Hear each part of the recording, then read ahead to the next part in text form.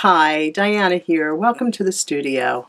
Today I thought we'd talk about basic watercolor supplies, what you need to get started.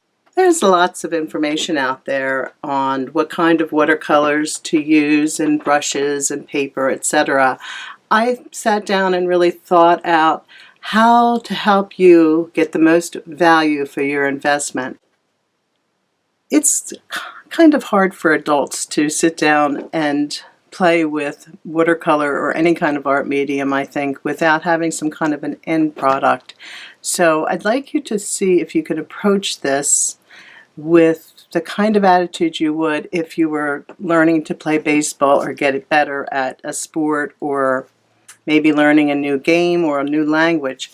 You have to practice. Let's start with the paper. This is a very good paper, the Strathmore. It's not the best, but you don't need the best. You need very good to begin with.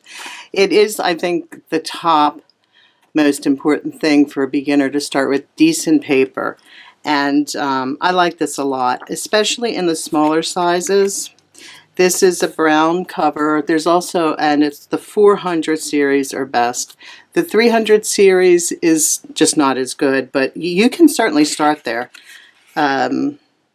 This is 5.5 by 8.5. I love this size. I've used these pads all the time for my students, and I find it's a good place to begin. Now, sketchbooks, very important. I'm going to list a Canson XL down below, and that's a really good, I think it's a mixed media. This is a Stillman and Byrne, and this is certainly a very good book. And I wanted to show you the paperweight. Now you can hear that, and let's compare it with the Strathmore paperweight. Sounds about the same, doesn't it? This is a little bit lighter. Now here's the big test. Is this book here does not take wash or wet medium very well. Now let's listen to this. So when you go to the store, you can say, you hear that? Ding, ding, ding. Dum, dum, dum. Okay? Different weights. And also, this is a smooth paper. This would be called a hot pressed paper. This is cold press paper, and it's rougher. So I like the rougher paper. It just holds more color. Both of these pieces were done on this Strathmore watercolor paper, and they're wrapped in plastic for sale. Sorry about that, but you can see how dark I was able to get some areas, and I'm thinking you might be able to see the texture in this, but maybe not. This also done on Strathmore, and you can see how nicely it bleeds out and puddles up for me. So I really highly recommend this paper. I use it professionally. On to brushes. I like these Princeton art brushes, and this is a number 16 round. Now the watercolor brushes are shorter handled than, say, I'll grab a acrylic brush. You can see the difference in that. The acrylic painting or oil painting brushes are a little stiffer in the bristles. This one is actually really nice. This happens to be a Liquitex. But the watercolor brushes are very soft. They should hold a lot of water. That's what you want from them. Now, these are not real hair brushes. They're synthetic, but I've come a long way with using synthetic brushes. I like to have the 16 round. I think that's a 1/2 inch flat and a 6 or an 8 round. I tend to use the round brushes the most, but the flat brushes are really great too. Take good care of them. Wash them, let them dry. And the other thing I have here is my toilet paper roll. This is a great thing to have. I have it wrapped in a piece of, this is a tea towel from Target, actually. It's a flour sack, and I love these for the studio. They sort of are in my kitchen for a while, and when they get a little stained, I pull them apart and bring them up here. They're perfect, really nice rags. So this is just wrapped around a toilet paper roll, and I can use this for quite some time just to wipe off my brushes or get that water out of the ferrule.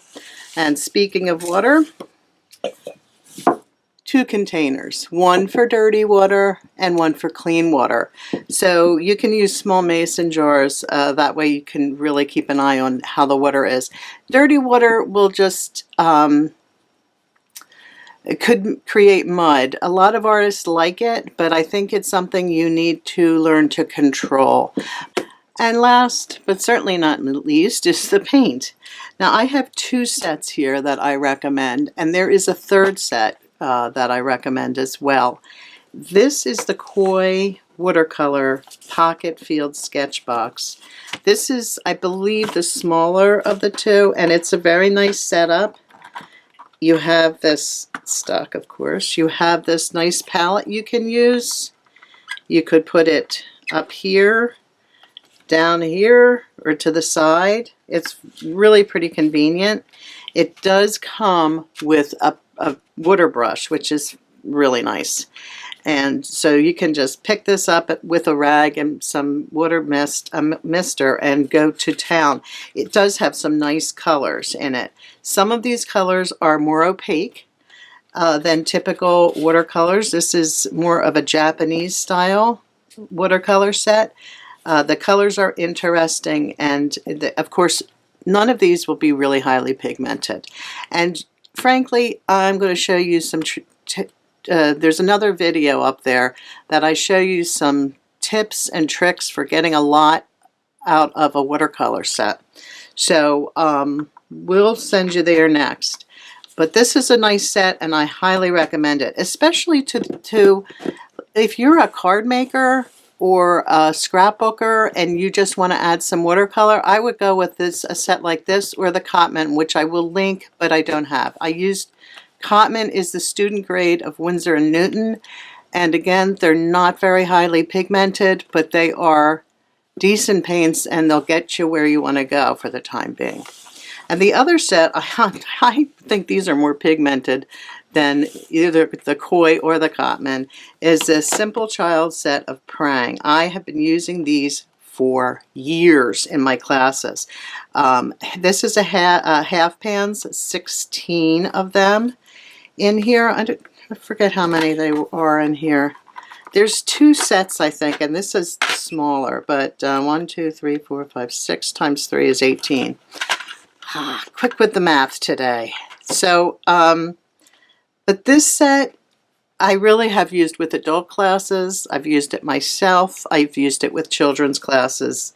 And they're not as cheap as the Crayolas, and they are much more pigmented than the Crayolas. If you're going to get a kid's set, get these. And get these for your kids too, by the way. They're not that much more expensive, and there's so much more pigment in them.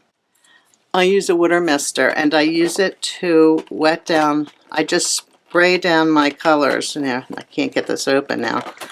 I spray down my colors and then just let them sit for a minute or 2 while I am setting up my painting area. And the color, that's how you get more bang for your buck from these less expensive watercolors. So that is it for today. I hope this was helpful to you, and I would love to hear from you. If you have ideas for good paints that aren't going to knock your socks off, let me know below in the comments. But this is a good starting point if you want to get started. So thumbs up if you like this video. Links are below. Leave me a comment. I love to hear from you guys. And certainly if you like what you see here today, hit that subscribe button. I will see you soon.